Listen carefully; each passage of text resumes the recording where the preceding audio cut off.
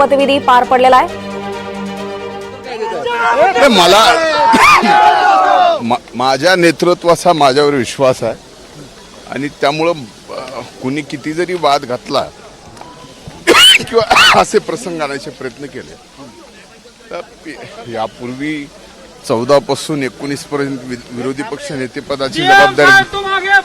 त्यानंतर महाविकास आघाडीच्या पहिल्या याच्यात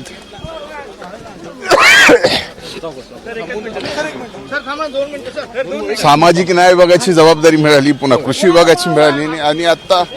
पुन्हा एकदा तिसऱ्यांदा संधी आदरणीय दादांनी, आदरणीय तटकरे साहेबांनी महायुतीच्या मंत्रिमंडळात आदरणीय देवेंद्र भाऊच्या नेतृत्वाखाली,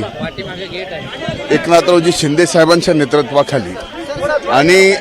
माझे नेते आदरणीय दादांच्या नेतृत्वाखाली या ठिकाणी काम करायची संधी मिळाली आहे।